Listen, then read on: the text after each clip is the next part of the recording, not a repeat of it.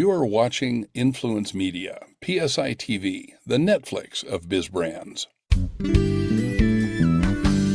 For my creative guests, designers, artists, scriptwriters, architects, you need to be watching this show today. You need to be listening to this. My guest, okay, so watches with phones and portable phones and all that, those were once imaginative foreplay, but and back then they were the future. But now today they're our reality. We're basically living where life imitates art, and that's going to be the conversation today. My guest has significantly contributed to the innovation of animation and 3D experiences that we enjoy today. If you've ever visited an IMAX cinema, worn those special glasses to enjoy 3D effects, my guest, along with his partners, has a patent for the technology that blends left and right eye images based on the orientation of the iPad gyroscope to create a 3D effect without the need for 3D glasses. He was part of the animation team of movies we grew up. Now, okay, I'm dating myself, but guys, you can see the lines. You can see them, all right? I'm dating myself, but he was part of the animation team for movies that we grew up on and shared with our children, such as Little Mermaid, Lion King, and even more recently, the animated Spider-Man series. David Bossert was part of the creative teams for numerous iconic theme park attractions, including the World of Color at Disney in California, the Seven Dwarfs Mine Coaster at Walt Disney World, and the Shanghai Disneyland. Paris Dreams, the Night Spectacular at Paris Disneyland, Animation Magic for Disney cruise ships, Once Upon a Time at Tokyo Disneyland, and many others. Today, we're going to focus on his latest contribution to the world, his book, The House of the Future, Walt Disney, MIT, and Monsanto's Vision of Tomorrow. David lives in California with his beautiful daughters, Sydney and Marley, and they're talented in their own right. David, thank you for being my guest today.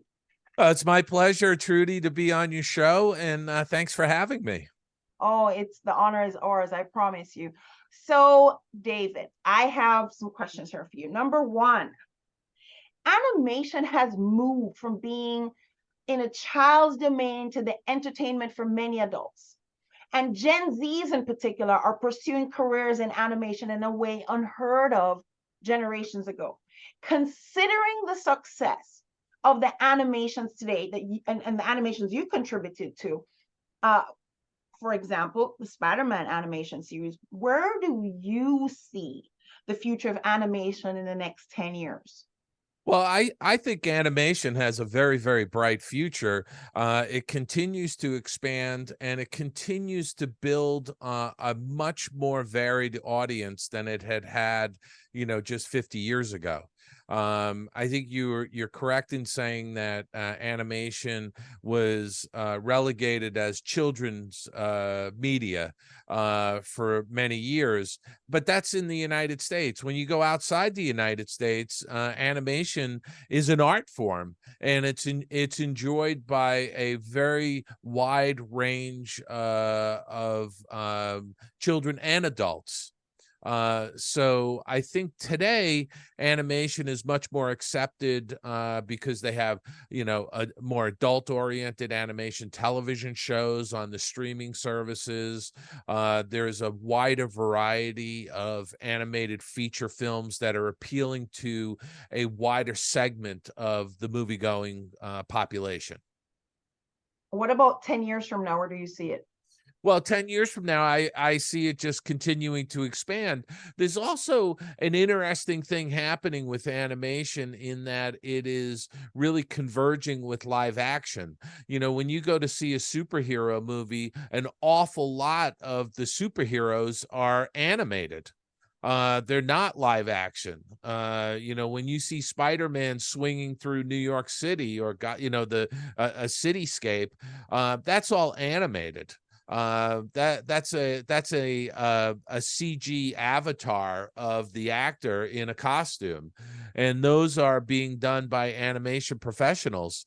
So you're going to see much more of that kind of a convergence, and also animation from the standpoint of AI generated animation.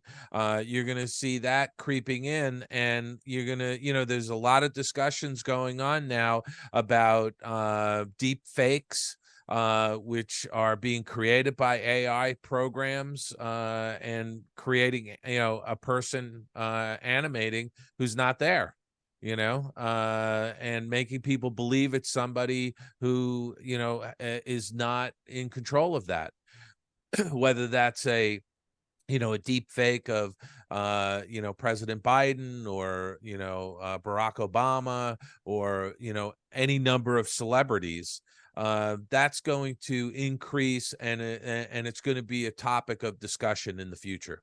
What about the direction of like virtual reality? Because I think virtual reality too is creating that animated experience where we step in and it's almost so real. I mean, I think the immersive experience is, I've been on virtual reality platforms, and it's like you can, after a little while, you forget that you're in it, and it's all an animated experience. But what about that? What do you think on that? Yeah, I think with AI, and virtual reality, augmented reality, all of those platforms are in their infancy, really. Mm-hmm. And so there's a lot of growth potential for those. And again, they have to, I think, have the eye of an artist working on those, to make them believable, or to be able to create these fantastic worlds that you see in some of the movies, worlds that audiences want to go revisit. And I think that there will be at some point a convergence of virtual reality and movie making. There's a lot of experimentation going on with that, and storytelling within a virtual reality setting. And again, it's happening quickly, but it's also going to take a while. But the technology is there to make it happen. Wow. Now, you left Disney in 2016, but you really haven't retired. Seems you've been publishing a book every year. Are you going to be keeping up this kind of publication consistency? Yeah, I actually am, and in fact, I had lunch with a colleague yesterday, and he asked me that question, and I said, well, I've got books earmarked for every year going out to 2030. And that's where it stands right now. If we talk next year, it might be 2031 or 2032. But I go from one book project to the next. I'm very passionate about the topics I write about, and I enjoy it. I don't look at it as a job, and that's the best of both worlds, if you will, of quote working and pleasure. I've merged them both, and I'm enjoying myself on each of the book projects. Wow. So one of the things that caught my eye in your book, The House of the Future, is the phrase Monsanto's vision of tomorrow. I'm familiar with Monsanto being in the food industry, but your book shares Monsanto's interest in the versatility of plastic in home manufacturing. To your knowledge, is Monsanto still involved in creative innovation and supporting the arts? Monsanto as a company, as we once knew them back in the 1950s, really doesn't exist anymore. They've been absorbed into the Bayer Corporation of Germany. They've shifted their focus on, the types of products that they're producing. But back in the 1950s, they had a plastics division, and that plastics division funded the research at MIT to come up with a new home design that would utilize that miracle material of the time, plastics, in home construction. And that was the purpose of the house of the future, was to project out into the distant future, 30 years in this instance. So the House of the Future opened at Disneyland in 1957. So they were saying this is what a house might look like in 1987. And there were a lot of things in that house that were contributed by partner companies like Bell Systems with video phones, and what you would perceive as being a Ring system now, where there was a camera at the front door and you could see it. You know, if you were in the bathroom, you'd have a wall mounted little video screen, and you could see who was at your front door. So some of those things that they were envisioning have come to fruition, which is really fantastic. But the one thing that didn't really come to fruition is the full-on use of plastics as structural building material for homes. That hasn't really come to pass. You know, things like a fiberglass shower and tub enclosure that you find in most new homes today, that was an outgrowth of Crane Corporation's contribution to creating the bathrooms for the House of the Future. The use of safety glass has become widely used now. That was another outgrowth of the House of the Future. The Princess telephones, and you know, there was the flat panel, the envisioned flat panel screen that was in the House of the Future in the early 1960s. It didn't work, but it was this big screen that they said was a television movie screen, you know, and that, you know, was a precursor to our flat panel televisions that have become ubiquitous. You can buy them at Costco now. So, you know, I think the House of the Future allowed people to dream, allowed people to get a glimpse of what the future might hold for them. And it's really served its purpose. You know, it was only at Disneyland for 10 years, and there were over 20 million visitors that walked through the house, which is pretty impressive. You know, I did not see it, and that was one of the reasons why I decided to do this book, was I wanted to get a sense of having taken the tour, but now it's in a book form. So based on what you just said, Dave, I heard so many disciplines: engineering, architecture, you know, all sorts of disciplines contributing to this House of the Future. And to think, you know, I hope that the minds of our young people today are gonna take a page from this book and see, you know, they need to be projecting many years ahead as well, and creating our future right now. And it's interesting to me because I looked at, when I was reading your book, which I got your book and I was reading your book, not only did I see a picture of that House of the Future that was at Disney, I also Googled it and saw many other pictures. And I would beg to say that quite a few things of that house felt very modern, even though it's technically, you know, old. But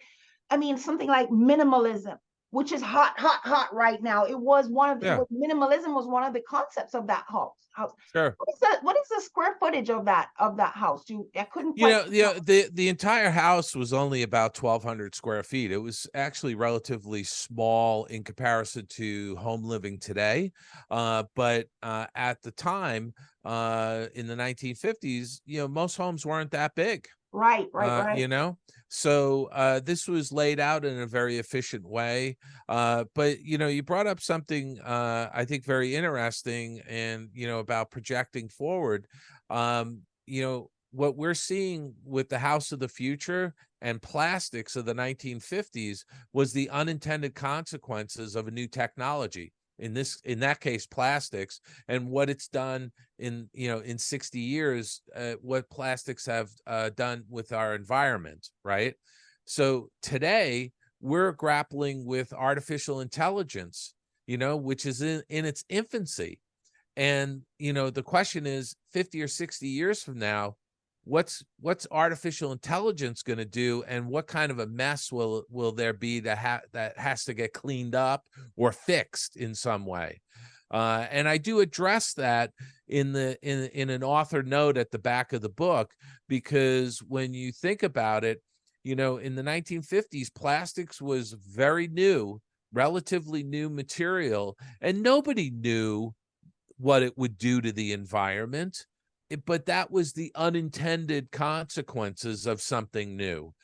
They were looking Still at valuable though. It's yeah, a valuable contribution. absolutely. But they were looking at plastics as being, you know, making life better for people, you know, being able to have cups and dishes that didn't shatter if you drop them, you know, having surfaces that could be cleaned easily, and, you know, all of these kinds of things that were beneficial to improving our living experience.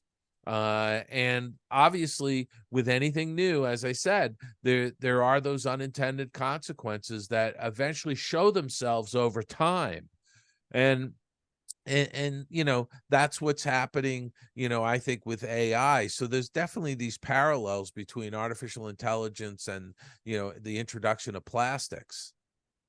So we're in a collaborative economy right now, and Walt Disney, I think, was ahead of his time when, you know, they had that Monsanto Disney coupling right there. When business people look at joint ventures, I'm not sure that the creatives of today and the business community of today connect the way Disney and Monsanto did. What could collaborations of a similar nature look like going forward? Well, I mean, I definitely think that collaborations are a good thing, but I also feel like the world has gotten much more complex than it was in the 1950s. You've got, you know, Walt Disney was a visionary. He could, you know, connect the dots with new things that he was seeing, and he could form partnerships on a handshake with people. Uh, I think that's a little bit more difficult today, especially with you know, public companies that have, you know, boards of directors that have strong brands. They have to be careful about how they partner up on things, because if something goes wrong, it could be brand damaging. Yeah, but So I think if more artists collaborated with more businesses, because I think design has been a huge I think one of the wins for Apple has been design, from oh, the absolutely. box to so in other words, it's not just innovation of things, but also the merger with art. And I think, you know, that's what I'm trying to, I hope listeners will pull out of this, if nothing else, is a good idea for the collaboration between engineers, architects, artists, you know, all kinds of crafts and business to come together. So another thing, David, The House of the Future is an interesting read. I read it. It was a very interesting. And I think for someone who's older, in the 45 plus area, it might feel a bit nostalgic. It has a historical perspective, it has a strong business perspective, it has a creative perspective. When you wrote this book, who did you really have in mind? Well, I think when I write a book, I'm always looking to have the widest possible audience, you know, because you want your work to be seen. So this book wasn't just about Disney theme park fans. This was really targeted to Disney architects, designers, furniture designers, people who were interested in futurism. And I think that I you know, met that challenge because of the response that I've gotten to the book. because it is a book that people are buying across all of those areas. People who are interested in architectural history, people who are interested in design history, furniture design, as I mentioned, because I do talk about some of the cutting edge furniture designers of the 1950s who had furniture pieces in the house of the future. And by the way, a lot of those pieces are still available today, new. You know, the Eames chairs, the coconut lounge chair that's in the living room of the House of the Future. That was designed by George Nelson, who was a design director at Herman Miller. And Herman Miller still makes that chair. It's a beautiful, functional lounge chair. A couple of weeks ago, I was in the Doha, Qatar airport in the Middle East, and I went into the lounge at the airport, and there was a bird's nest chair, brand new, and there was like 24 of them. And the bird's nest chair is featured in the parents' bedroom in my book on the House of the Future. So you could actually go to that chapter and see that bird's nest chair. I was sitting in one 2 weeks ago in Qatar, and they're still making them. And it's still the same design, these classic designs that still feel modern. So you brought up another interesting point. I don't know if you've pitched the book to these people, but I think your book probably should be pitched to art schools. My niece went to an art university in Sarasota, Florida, and she ended up working to design hotels and that kind of a thing. But then a lot of people work at Disney from there. But if I think because universities have both the history and the math to make these things and the architecture, I think this would be a great book for universities to have for those students. If you hadn't done that before, I strongly suggest you consider pitching it to them. Now, Dave, what would you like to tell the members of my audience who are the dreamers, the students, the startups of today? Well, I think, we're all building on the shoulders of giants. The generation that came before, we can learn a lot from, and we can expand upon and project forward from there. And I think, a book like The House of the Future, Walt Disney, MIT, and Monsanto's Vision of Tomorrow does just that. And I think you said it very succinctly earlier, that it's not just business and art and engineering. It's all of these things coming together in one place. And I think that the fact that I talk about these early mid-century furniture designers who are legends today, and also how the philosophy was to design this house and how it came together, I think people can learn from that material and then project forward. I still think that this type of a house and some of the design features of the house are very relevant today.